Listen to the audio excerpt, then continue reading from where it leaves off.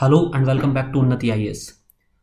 आज से हम एएलसी असिस्टेंट लेबर कमिश्नर और APFC assistant provident fund commissioner UPSC द्वारा कंडक्ट कराई जाने वाली दो महत्वपूर्ण परीक्षाओं के पर्सपेक्टिव में सिलेबस को स्टार्ट करने जा रहे हैं।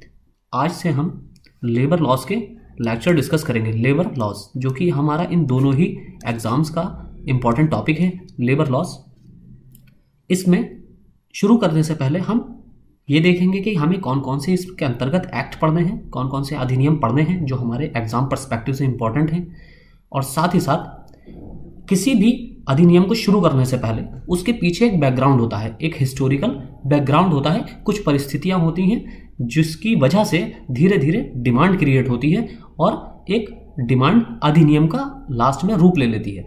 तो उसी संदर्भ में हम देखेंगे कि इसके पीछे हिस्टोरिकल बैकग्राउंड क्या था, लेबर लॉज आने के पीछे हिस्टोरिकल बैकग्राउंड क्या रहा।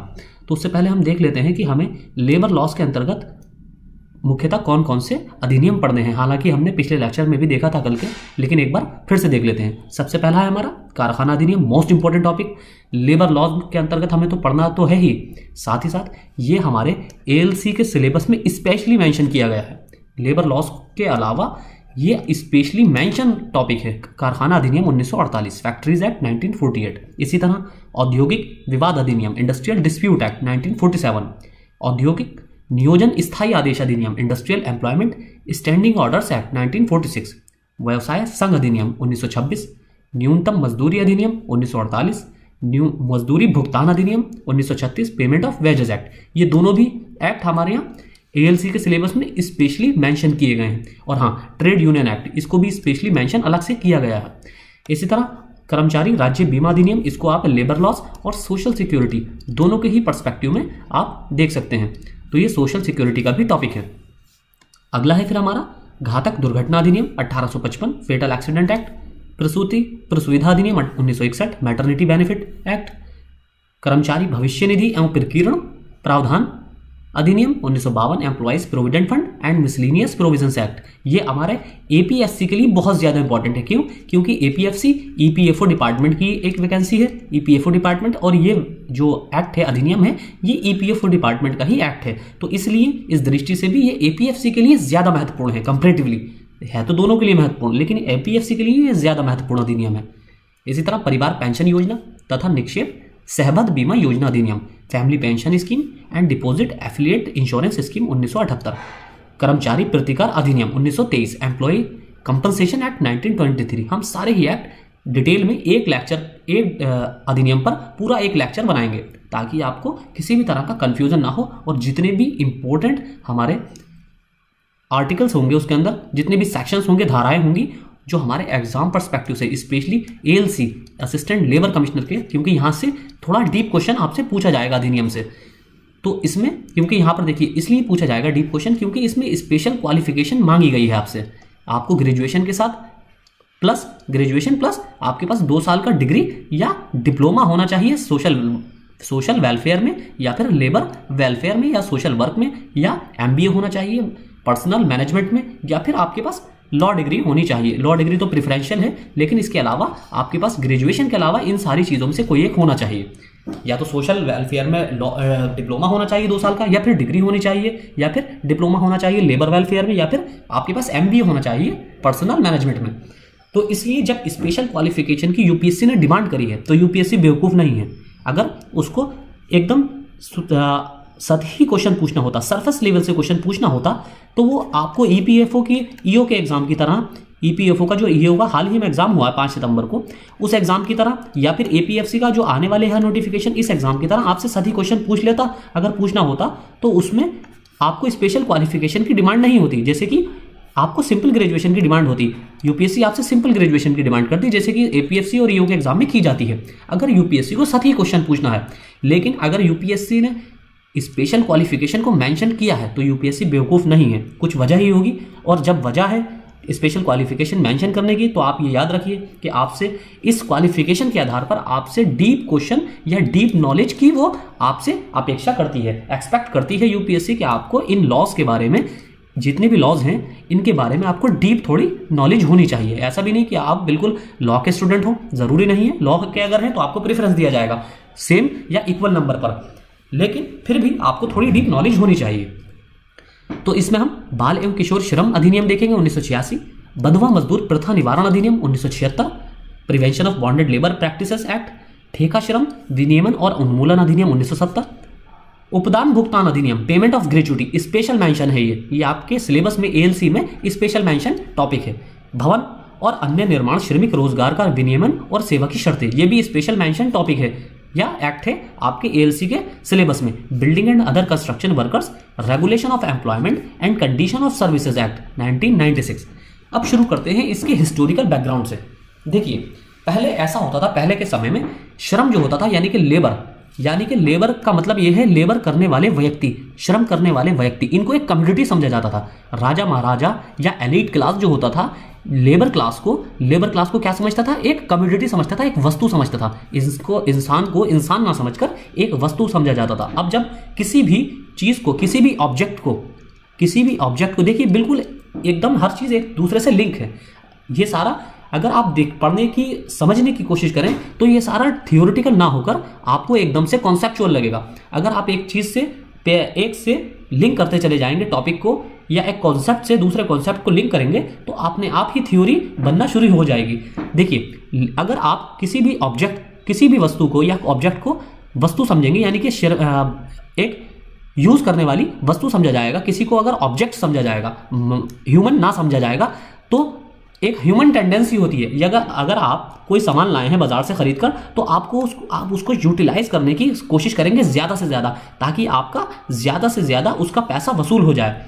तो अगर एलीट क्लास लेबर को इंसान ना समझकर एक कम्युनिटी समझ रहा है, लेबर को इंसान ना समझकर अगर कम्युनिटी समझा जा रहा है, तो इसका मतलब ये है कि उस व्यक्ति को ऑब्जेक्ट के आधार पर ऑब्जेक्ट समझकर एलीट क्लास ज़्यादा से ज़्यादा एक्सप्लॉइट करने की कोशिश करेगा। यानी कि अगर उसने उसको 20,000 रुपये में खरीदा है, मान लीजिए 20,000 रुपये में किसी से खरीद लिया है, तो अब वो उसका मालिक है। अब ये ऑब्जेक्ट क्योंकि एक वस्तु की तरह बिका है, ये मनुष्य जो 20,000 रुपये में जिसको बेचा गया है, ये मनुष्य एक वस्तु की तरह बिका है। और जब 20,000 रुपये में कोई वस्तु की तरह समझकर खरीदेगा किसी दूसरे व्यक्ति को, तो उसका भरपूर लाभ उठाने की कोशिश करेगा। यानी कि अगर मान लीजिए कोई आप सैलरी पर किसी को अपने यहाँ नौकरी पर रखते हैं काम करने के लिए, और उसको 2,000 रुपये महीना देते हैं, तो इस तरह से वो आपका 10 महीने तक काम करेगा 20,000 रुपये में। 20,000 रुपये में आप 10 महीने ही काम करा पाएंगे। लेकिन अब आप दूसरी तरह ये सोचिए कि अगर आप अगर आज ऐसा होता कि मार्केट में लोग बिकते कि, तो आप मान लीजिए 20,000 रुपये में एक व्यक्ति को खरीद कर लाए। अब आपकी मर्जी है कि इसको कितना यूज करना है, कैसे यूज करना है, तो आप ये कोशिश करेंगे कि इसको ज्यादा से ज्यादा यूज किया जाए, ज्यादा से ज्यादा इससे काम लिया जाए, और इसकी ज्यादा से ज्यादा लंबे समय तक इससे काम लिया जाए। तो इसलिए आप इसको एक्सप्लॉइट करने की कोशिश करेंगे जितना आपसे हो सकेगा। तो यही काम पहले के समय में होता था, क्योंकि पहले रेगुलेशन व्यवस्था नहीं थी, किसी भी तरह का विनियमन नहीं था। सरकार जो होता था ऑटोक्रेसी होती थी, यानी कि राजा का राजशाही होती थी। डेमोक्रेसी तो नहीं थी ना। डेमोक्रेसी के ही अंदर आप ये सब चीज़ें सोच सकते हैं कि किसी को अधिकार दिए जाएं, चाहे वो अमीर हो या गरीब हो, या किसी भी वर्ग का हो, किसी भी जाति का हो, किसी भी रिलीजन का हो, किसी भी कास्ट का हो, किसी भी रंग का हो, किसी भी जेंडर का हो। तो ये सारा उसके अधिकार एक डेमोक्रेसी में ही पॉसिबल है। ऑटोक्रेसी में इस तरह की पॉसिबिलिटी बिल्कुल नहीं है। तो इस तरह का जो एक्सप्लॉयटेशन होता था ये राजशाही के दौर में होता था। तो इसलिए उनको ज़्यादा से ज़्यादा एक्सप्लॉइट करने की कोशिश की जाती थी। तो ये युग जो कहलाता था, ये जो इरा था, ये दास प्रथा का युग कहलाता था। देखिए आपने एंशिएंट हिस्ट्री पढ़ी होगी। अगर हम बिल्कुल शुरुआत के समय से लें तो आपने एंशिएंट हिस्ट्री पढ़ी होगी। एंशिएंट हिस्ट्री में आपने एनसीईआरटी पढ़ी होगी। एनसीईआरटी में आपने क्लास 6 की एनसीईआरटी पढ़ी होगी हिस्ट्री की हमारे अतीत। तो हमारा अतीत नहीं है। आपने कभी गौर किया है? ये है हमारे अतीत, यानी कि यहाँ पर प्लूरल्स की भावना पैदा हो रही है। यहाँ सिंगुलर नहीं है वर्ड, ये प्लूरल वर्ड है। तो आप इसमें चोल राजाओं के बारे में पढ़ेंगे। चोल राजा क्या करते थे? इनके समय में कर की व्यवस्था थी, यानी कि टैक्स वसूला जाता था। अगर आप इस बुक के लास्ट में पढ़ेंगे, आखिर के चैप्टर्स में, तो चोल राजाओं के बारे में दिया गया है। चोला डायनेस्टी। तो ये क्या होता था, ये टैक्स लगाते थे हर लोगों पर। अब आज अगर इसको आज के युग से कंपेयर करें, आज के 21वीं सदी से कंपेयर करें, तो आज क्या है, कौन टैक्स देता है, एक पर्टिकुलर लिमिट से जिनकी इनकम ज्यादा होती है, एक पर्टिकुलर लिमिट से जिनकी इनकम ज्यादा होती है वही टैक्स रिटर्न फिल करते हैं। यानी कि अगर 2.5 लाख रुपए से इनकम ज्यादा है तो वही लोग टैक्स भरेंगे। लेकिन पहले के समय क्या होता था, चोल राजाओं के समय सभी लोगों को टैक्स देना होता था। अब आप सोचेंगे कि ये कैसे पॉसिबल है कि सभी लोग कैसे टैक्स देंगे, कोई ऐसा इंसान भी हो सकता है जो बहुत गरीब हो, जिसके पास खाने के ही पैसे ना हो, तो वो कहां से टैक्स देगा, जिसके पास खाने का ही सामान ना हो, संसाधन ना हो, वो कैसे टैक्स देगा। तो आपने पढ़ा होगा एनसीईआरटी में, जैसे कि बॉक्स दिए होते हैं ना, एक डायलॉग बॉक्स दिए होते हैं, उसके अंदर कुछ स्पेशली मेंशन होता है। तो इसी तरह का एक डायलॉग बॉक्स चोल राजाओं के बारे में दिया गया है क्लास 6 की एनसीईआरटी में, जहां साफ मेंशन है कि चोल राजाओं के समय में 400 तरह के टैक्स थे। उस समय 400 तरह के टैक्स थे, जैसे कि ताड़ के पेड़ से शराब बनाने पर टैक्स। इसी तरह जो सीढ़ी होती है ना, सीढ़ी, जैसे कि आपने देखा होगा बहुत से घरों में लकड़ी की सीढ़ी होती है छत पर चढ़ने के लिए, तो ये सीढ़ी का इस्तेमाल करने पर भी टैक्स होता था। इसी तरह कुछ टैक्स ऐसे होते थे जो लोग किसी भी तरह से टैक्स पे नहीं कर सकते, यानी कि उनके पास इतनी इनकम नहीं है या उनके पास इतने संसाधन नहीं है जो टैक्स पे कर सके, या फिर उनके पास कोई भूमि नहीं है जिस पर वो अपना कर अदा कर सके, या फिर इतनी उपज नहीं है जो उपज का हिस्सा देकर वो टैक्स अदा कर सके। तो क्या होता था, वो राजाओं द्वारा उनसे महीने में एक दिन या कुछ दिन तय कर दिए जाते थे और उतने दिन उनसे बिना किसी वेतन के, यानी कि बेगार प्रथा के अंतर्गत उनसे काम लिया जाता था। यानी कि उनको काम करना ही करना था और उसका किसी भी तरह का उनको मेहनताना यानी कि वेतन नहीं मिलता था। तो इससे क्या होता था, तो ये क्या थी, ये सारा बेगार प्रथा कहलाती थी। बेगार प्रथा यानी कि बिना वेतन के काम। फिर धीरे धीरे यही चीज़ें आगे भी चलती रही, तो मुगलों का दौर आया, यानी कि जब इस्लामिक हुकूमत आई तो उस टाइम भी ऐसी होता था। तो उस टाइम भी दासों की बिक्री होती थी, खरीद फरोख्त होती थी, तो वहाँ पर, और यही चीज़ क्योंकि मुगलों के टाइम को, मुगल पीरियड को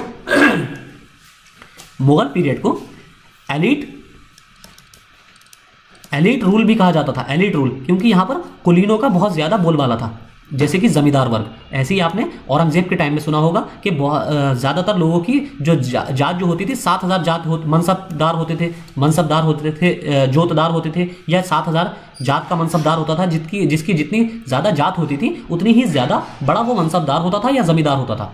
तो वो भी क्या करते थे, उनके यहाँ भी बेगार प्रथा होती थी। बेगार प्रथा मतलब वो भी अपने यहाँ ज़मीनों पर, अपनी खेती की ज़मीन, उनको पूरे पूरे गांव दे दिए जाते थे। वहाँ पर वो उस गांव में रहने वाले सभी लोगों से बेगार प्रथा कराते थे। यानी कि बहुत से लोग जहाँ वहाँ खेती करते थे, खेती करके जो उपज होती थी उस उपज का कुछ हिस्सा वो अपने खाने के लिए रख लेते थे, बाकी हिस्सा जमींदार को दे देना होता था। उस जमींदार का जो हिस्सा होता था, उस हिस्से में से जमींदार क्या करता था, कुछ हिस्सा टैक्स के रूप में राजा को देता था। तो ये एक क्रम था, एक क्रोनोलॉजी थी, इसके आधार पर टैक्स का डिस्ट्रीब्यूशन होता था।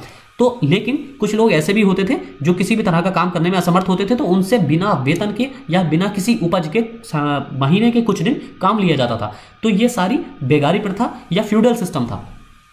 तो यहां पर भी स्थिति दयनीय थी मजदूरों की। अब कुछ काम होते थे जाति आधारित। अब जैसे कि आप आज भी देखते हैं कि जो सलून वाले हैं, जो बाल कटिंग कर रहे हैं, हेयर कटिंग कर रहे हैं, तो वो नाई कहला रहा है। जो मिट्टी के बर्तन बना रहे हैं वो कुम्हार कहला रहा है। जो हमारे जूते सही करते हैं, जूते इत्यादि सही करते हैं, तो उन्हें हम मोची कहते हैं। तो आज भी, और इसी तरह कोई लोहे का काम करता है तो वो लोहार कहला रहा है। तो इसी तरह पहले भी होता था कि काम के आधार पर जाति का बंटवारा होता था या जाति तय हो जाती थी।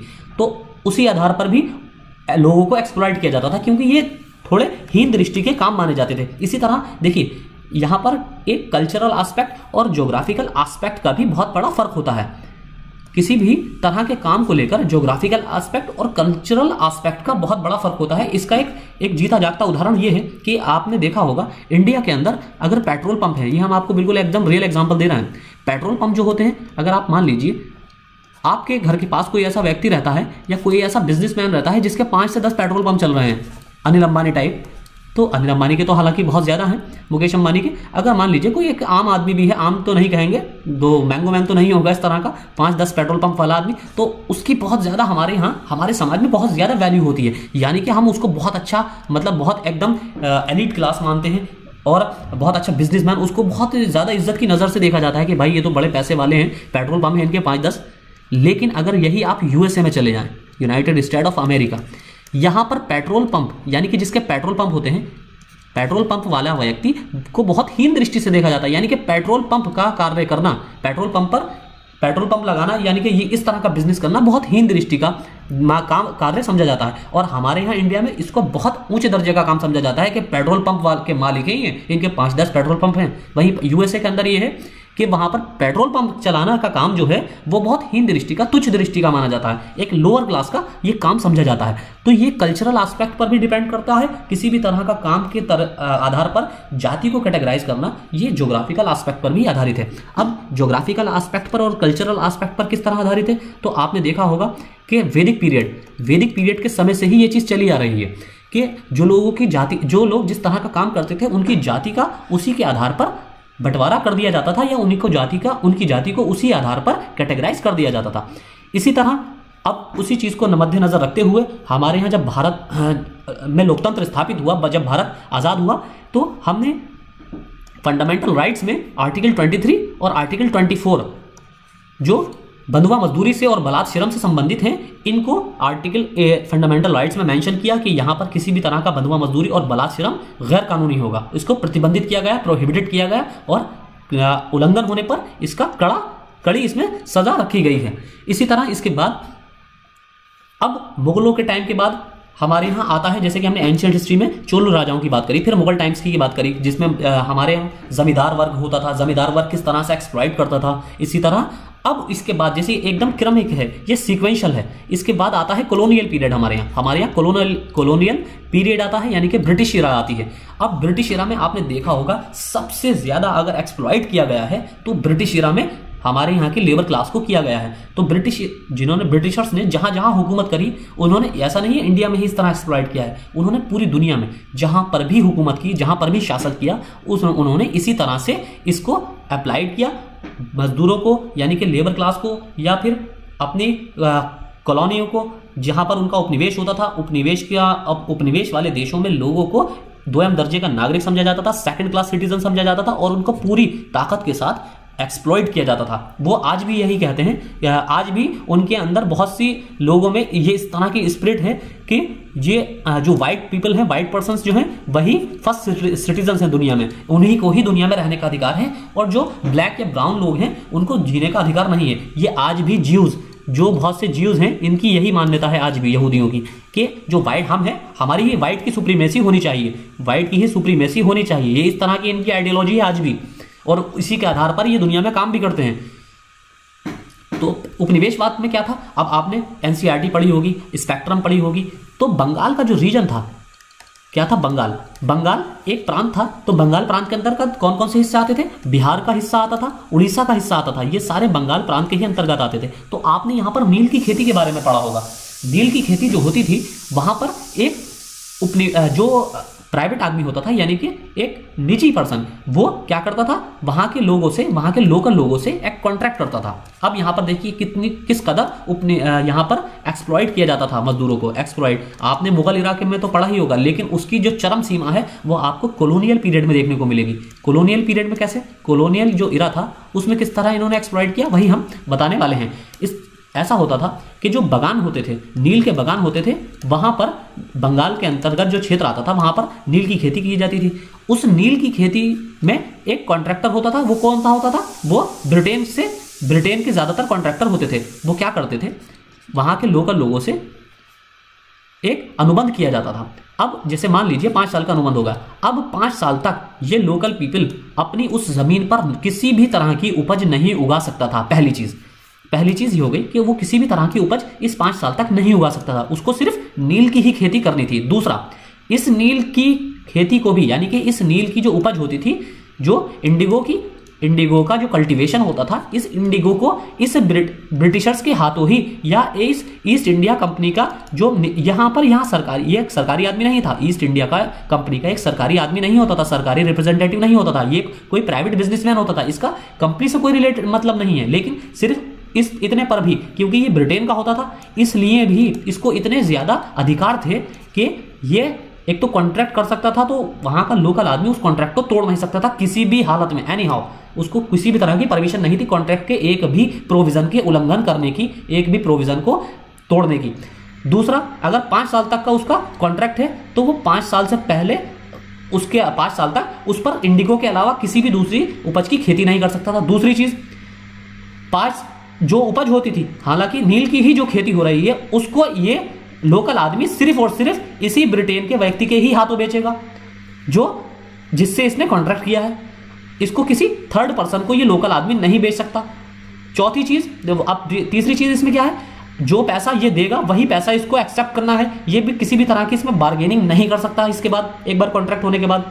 अब चाहे नील की कीमत 100 रुपए पर क्विंटल हो और ये ब्रिटेन वाला इसको 20 रुपए पर क्विंटल दे रहा हो, ये किसी भी हालत में 21 रुपए पर क्विंटल भी नहीं ले सकता, 20 रुपए ही क्विंटल लेना है। अब इससे भी बढ़कर क्या चीज होती थी कि अगर इसने किसी भी तरह के प्रोविजन का उल्लंघन किया, आप मान लीजिए यहां ब्रिटेन का व्यक्ति नहीं है ये, और ये कॉलोनियल इरा भी नहीं है, मान लीजिए ये 21वीं सदी है और ये ब्रिटेन का व्यक्ति नहीं, ये आप हैं, एक्स, और ये कोई लोकल वहां का कोई गरीब रामू है, इसने एक्स उल्लंघन कर दिया इस कॉन्ट्रैक्ट का, तो आपको यहां पर इतने अधिकार दिए गए थे ईस्ट इंडिया कंपनी द्वारा इस व्यक्ति को, यानी कि इस ब्रिटिशर्स को, जो कि आप हैं एक्स, इसको इतने अधिकार दिए गए थे कि अगर ये रामू किसी भी प्रोविजन का उल्लंघन करता है इस कॉन्ट्रैक्ट के, तो इस एक्स को, यानी कि आपको इस रामू को किसी भी तरह की सजा देने का अधिकार होता था। क्या आप ये एक्सपेक्ट कर सकते हैं कि अगर मान लीजिए आज के दौर में अगर आप कॉन्ट्रैक्ट कर रहे हैं किसी से, अगर आप किसी कंपनी के मालिक हैं, एम्प्लॉयर हैं, और आपने 10 लोगों को काम पर रखा है, इसमें से एक भी कॉन्ट्रैक्ट का उल्लंघन करता है, तो आप क्या करेंगे, आप सीधा कोर्ट में जाएंगे, कोर्ट केस होगा उस पर, आपको किसी भी तरह इसको चार्ट मारने का भी अधिकार नहीं, आप इसको थप्पड़ भी नहीं मार सकते। लेकिन यहां पर क्या था, यहां पर आपको पूरा अधिकार था कि आप किसी भी तरह की इसको यातना दे सकते हैं। अब सोचिए कि अगर आप यहां पर इसी एग्जांपल को लीजिए कि अगर आप एम्प्लॉय हैं, उसमें से आपने 10 को नौकरी दी, उसमें से एक किसी भी तरह के कॉन्ट्रैक्ट का उल्लंघन कर रहा है और आपको बहुत बड़ा नुकसान होने वाला है इससे, तो आपको कितना गुस्सा आएगा। अगर आपको यह अधिकार दे दिया जाए कि आप ही इसको सजा दे सकते हैं, तो हो सकता है कि आप जान से मार दें इसको। अब यही इसमें होता था कि ये जो एक्स है, यानी कि जो ब्रिटेन का व्यक्ति है, तो ये यहाँ पर इन लोकल लोगों को बहुत से केसेस में जान से भी मार देते थे और यहाँ तक कि इनका खाना पीना भी बंद कर देते थे। इनको नील का जो बागान होता था, जैसे नील की बागान की जो बाउंड्री होती थी, इस बाउंड्री से भी बाहर निकलने का अधिकार नहीं था। यहीं पर ही इनको झुग्गी झोपड़ी बनाकर रहना होता था जब तक ये खेती पूरी नहीं हो जाती थी, जब तक ये कॉन्ट्रैक्ट खत्म नहीं हो जाता था। ये इस बागान से बाहर तक नहीं जा सकते थे। आप इमेजिन भी नहीं कर सकते इस चीज को। इस बागान से बाहर जाने का भी इनको किसी भी हालत में अधिकार नहीं था। तो इसी के आधार पर अब हल्के हल्के देखिए, एक चीज होती है मनुष्य की, ह्यूमन की एक कैपेसिटी है, किसी भी तरह से कोई भी चीज हो, चाहे वो पेशेंस हो, चाहे वो किसी भी तरह का एक्सप्लॉयटेशन हो, हर चीज का एक लिमिट होती है। तो यहां पर भी मनुष्य की एक लिमिट थी, ह्यूमन की एक लिमिट थी, कैपेसिटी थी। उसके बाद ये लिमिट टूट गई और जब जनता उग्र होती है तो फिर शासन को झुकना पड़ता है, ये आपने देखा होगा।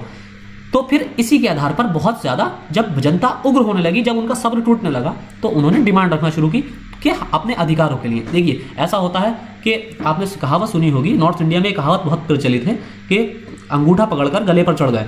पहले अंगूठा अगर थमाया तो गले पर चढ़ गए। तो इस तरह से कुछ हल्के हल्के डिमांड लेबर क्लास से आना शुरू हुई कि हमें हमारे अधिकार कुछ दिए जाएं, यानी कि अधिकार ना दिए जाएं तो कम से कम इतना तो किया जाए कि हमें एक्सप्लॉइट ना किया जाए। अगर अधिकार आप हमें नहीं दे रहे हो तो कम से कम इतना तो कर दो कि हमें एक्सप्लॉइट कोई एम्प्लॉयर ना कर सके। तो इसी संदर्भ में हल्के हल्के अधिनियम बनने की शुरुआत हुई। जैसे कि सबसे पहला अधिनियम जो हमारा यहाँ आया वो था कारखाना अधिनियम 1881। तो 1881 में इसी संदर्भ में सबसे पहला अधिनियम फैक्ट्रीज एक्ट बनाया गया, जिसके अंतर्गत कुछ ढील मजदूरों के संदर्भ में दी गई, यानी कि थोड़े से रूल्स को स्ट्रिक्ट किया गया।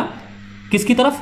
एम्प्लॉयर से रूल्स को थोड़ा सा स्ट्रिक्ट किया गया ताकि वो किसी भी तरह का उल्लंघन करने से, यानी कि एक्सप्लॉइट करने से थोड़ा बचे। तो इसी सीरीज में 1881 में फैक्ट्रीज एक्ट आया, फिर 1891 में, फिर 1911, 1922, 1934 और उसके बाद सबसे लास्ट में 1948 में ये फैक्ट्रीज एक्ट आया।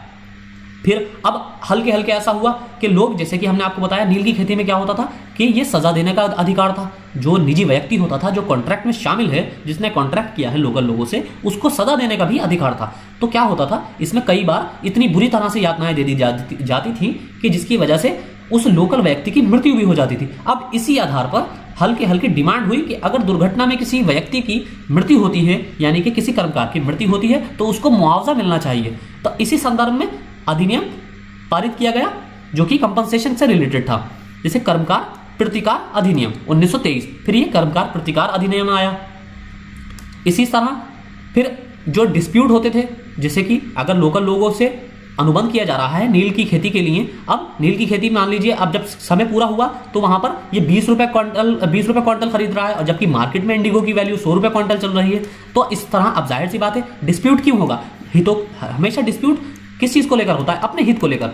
अगर ये चाहेगा, एम्प्लॉयर चाहेगा कि इसके हित पूरे हों, और ये व्यक्ति लेबर चाहेगी कि उसके हित पूरे हों, तो लेबर हमेशा ज्यादा से ज्यादा पैसे की डिमांड करेगी, एम्प्लॉयर हमेशा ज्यादा से ज्यादा प्रॉफिट की सोचेगा।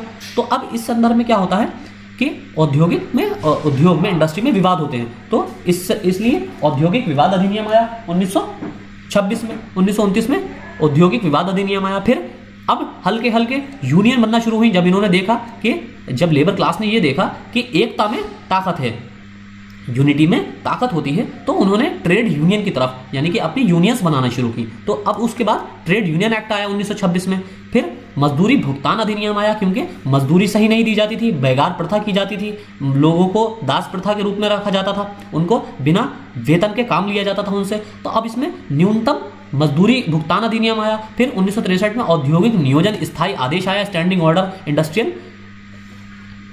इंडस्ट्री के सेक्टर में स्थायी आदेश स्टैंडिंग ऑर्डर आया। तो ये सारे एक क्रमिक रूप से इसमें इन अधिनियमों का विकास होना शुरू हुआ। अब इसी तरह से हल्के हल्के विकास होते होते जब हमारा भारत आजाद हुआ तो यहाँ पर फंडामेंटल राइट्स में मजदूरों को यानी कि आम आदमी को ज्यादा से ज्यादा अधिकार दिए गए। जैसे कि फंडामेंटल राइट्स में आर्टिकल 19 हमारा संघ बनाने का अधिकार देता है। फिर इसी तरह आर्टिकल 23, 24 बलात् श्रम से और मानव के दुर्व्यवहार से रिलेटेड है। इसी तरह आपका 38, 39 ये आपके न्यूनतम मजदूरी से रिलेटेड, स्त्रियों के वेतन, स्त्रियों और पुरुषों के समान वेतन से रिलेटेड है। तो इस तरह फिर ये आर्टिकल 51 आया इसी तरह इसी संदर्भ में। तो लोगों को ज्यादा से ज्यादा अधिकार देने की कोशिश की गई। अब औद्योगिक संबंधों की अवधारणा जो है वो मेनली 3 फैक्टर्स पर डिपेंड होती है। 3 फैक्टर कौन से होते हैं वो? एक तो होता है लेबर के रिलेशन, कि लेबर के एम्प्लॉयर से रिलेशन कैसे हैं। दूसरा एम्प्लॉयर एम्प्लॉयमेंट रिलेशंस, नियोजक नियोजित संबंध, एम्प्लॉयर के किस तरह के रिलेशन है एम्प्लॉयमेंट में। फिर है वर्कर मैनेजमेंट रिलेशन, जो भी लेबर क्लास है उनका मैनेजरियल सेक्शन जो है यानी कि रिक्रूटमेंट मैनेजमेंट सेक्शन जो है उससे किस तरह के रिलेशन है।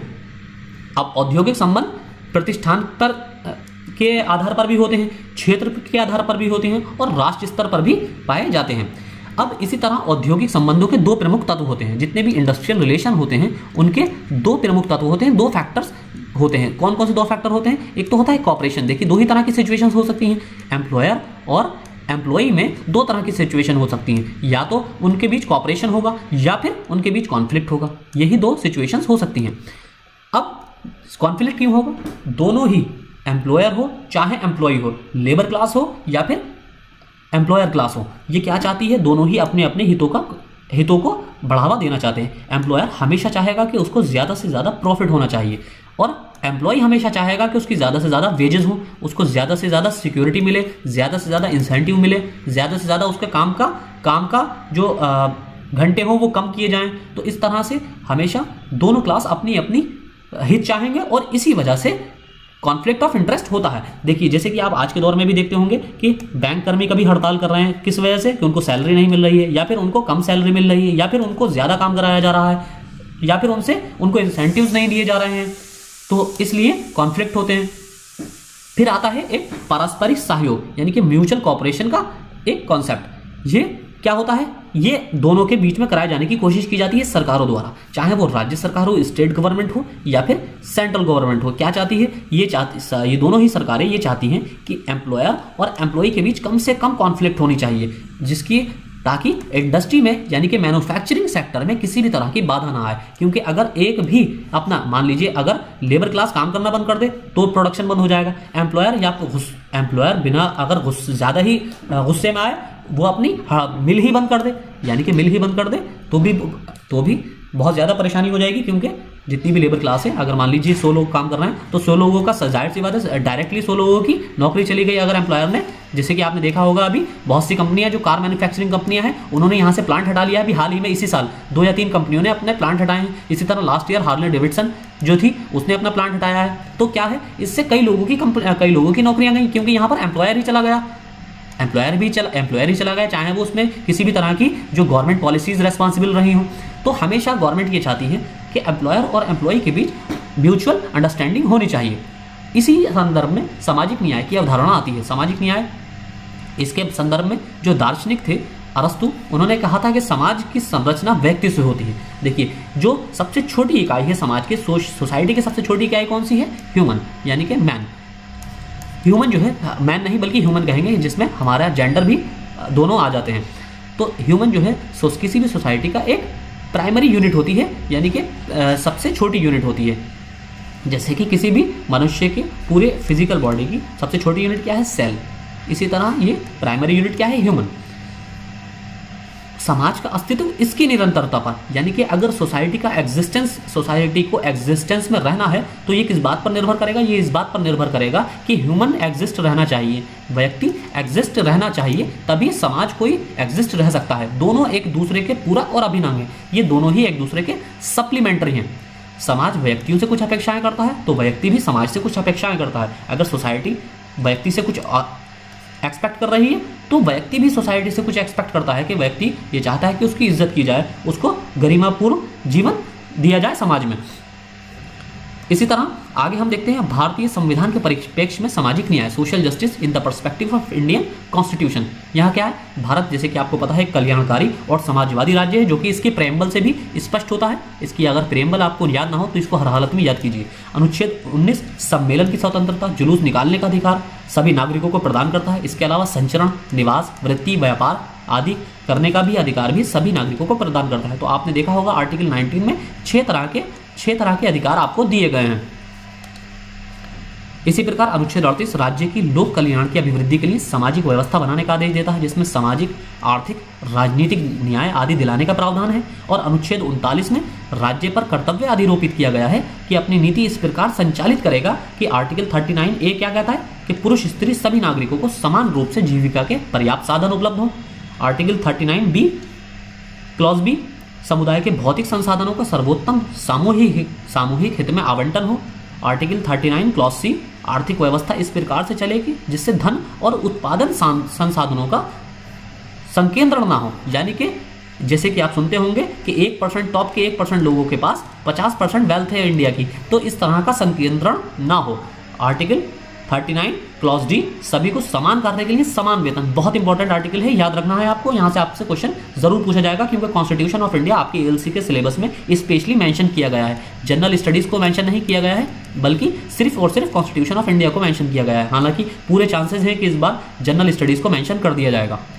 आर्टिकल 39 क्लॉज ई, पुरुष और स्त्री कर्मकारों के स्वास्थ्य और शक्ति तथा बालकों की किशोरावस्था का दुरुपयोग न हो। आर्थिक आवश्यकता से विवश होकर नागरिकों को ऐसे रोजगार में ना जाना पड़े जो इनकी आयु और शक्ति के अनुकूल हो, ऐसे रोजगार में ना जाना पड़े। आर्टिकल 39 क्लॉज एफ, क्लॉज जी, एफ, बालकों को स्वतंत्र और गरिमामय वातावरण में स्वस्थ विकास के अवसर और सुविधाएं दी जाएं और बालकों और अल्पवय व्यक्तियों के शोषण से आर्थिक और नैतिक परित्याग की से रक्षा की जाए। अब इसी तरह श्रम और सामाजिक कल्याण सुरक्षा के अंतर्गत ये सारे अधिनियम बनाएगा, जिसके बारे में हम पहले भी चर्चा कर चुके हैं, जैसे कारखाना अधिनियम, उत्पादन अधिनियम 1970, अनुसूचित उद्योगों के विनियमन के लिए industries development and regulation act 1951, apprenticeship अधिनियम 1961, मातृत्व लाभ अधिनियम 1961। तो ये सारे अधिनियम बनाए गए हैं। अब हम एक बार देख लेते हैं कि किस तरह के समाज में लेबर क्लास को किस तरह से डिवाइड किया गया है। तो लेबर क्लास में श्रमिकों का जो वर्गीकरण है, उसमें वर्गीकरण का प्रकार क्या है? निम्न प्रकार है। पहला है नियमित। एक आपने देखा होगा कि रेगुलर एम्प्लॉयज होते हैं ज़्यादातर आप देखा होगा गवर्नमेंट जॉब्स में या फिर कुछ मल्टीनेशनल कंपनीज में। कुछ होते हैं टेम्परेरी, अस्थायी, यानी कि कॉन्ट्रैक्चुअल, जो कि संविदा पर होते हैं, कॉन्ट्रैक्ट पर होते हैं, 1 साल के, 2 साल के या 6 महीने के। फिर होते हैं आकस्मिक, कैजुअल लेबर्स, जैसे कि आप देखते होंगे मनरेगा में इस तरह का एम्प्लॉयमेंट मिलता है। फिर है बदली कर्मकार को कहते हैं जो कि बदलते रहते हैं, यानी कि रोटेशनल रहते हैं, रोटेशनल वाले तो बदली कर्मकार होते हैं। ये आपको देखिए बदली कर्मकार कहाँ मिलेंगे आपको? ये होते हैं मरीन सर्विसेज में।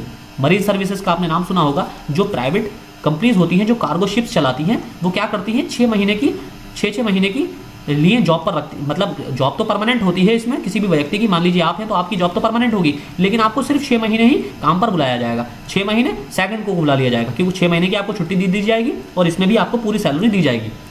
तो इस तरह का मरीन सर्विसेज में होता है। फिर होते हैं दैनिक कर्मकार, जो डेली वेजर्स होते हैं, जैसे कि आप देखते होंगे मजदूर इत्यादि। फिर है ठेके पर काम करने वाले, लेबर कॉन्ट्रैक्ट इस तरह के जैसे संविदा पर ही है उसी तरह से होते हैं। फिर होते हैं घरेलू कर्मकार, जो कि डोमेस्टिक सर्वेंट होते हैं, जो आपके घरों में साफ सफाई का काम करते हैं। अब होता है स्किल के आधार पर। स्किल के आधार पर वर्गीकरण क्या है? पहले होते हैं स्किल्ड, ये पूर्ण और विस्तृत ज्ञान वाले होते हैं, जिस तरह के आप लोग हैं, जैसे कि स्किल्ड लेबर है आप, ग्रेजुएट, पोस्ट ग्रेजुएट। दूसरे होते हैं अर्धकुशल, सेमी स्किल्ड। अब इनसे अपेक्षा की जाती है कि जो काम उन्हें सौंपा गया है वो कुशलता से करें और अनुभव की आवश्यकता इसमें नहीं पड़ती, दूसरे व्यक्तियों के निर्णय और सलाह और निर्देश के अनुसार कार्य करते हैं। अब तीसरे होते हैं अकुशल यानी कि अनस्किल्ड। ये इस तरह के जो होते हैं ये फिजिकल लेबर करने वाले होते हैं। ये फिजिकल लेबर जो करते हैं वो अनस्किल्ड लेबर होती है। तो ये हमारा थोड़ा हिस्टोरिकल बैकग्राउंड था। कल से हम फैक्ट्रीज एक्ट 1948 से अपना लेक्चर स्टार्ट करेंगे। तो आज के लेक्चर में इतना ही। Thank you.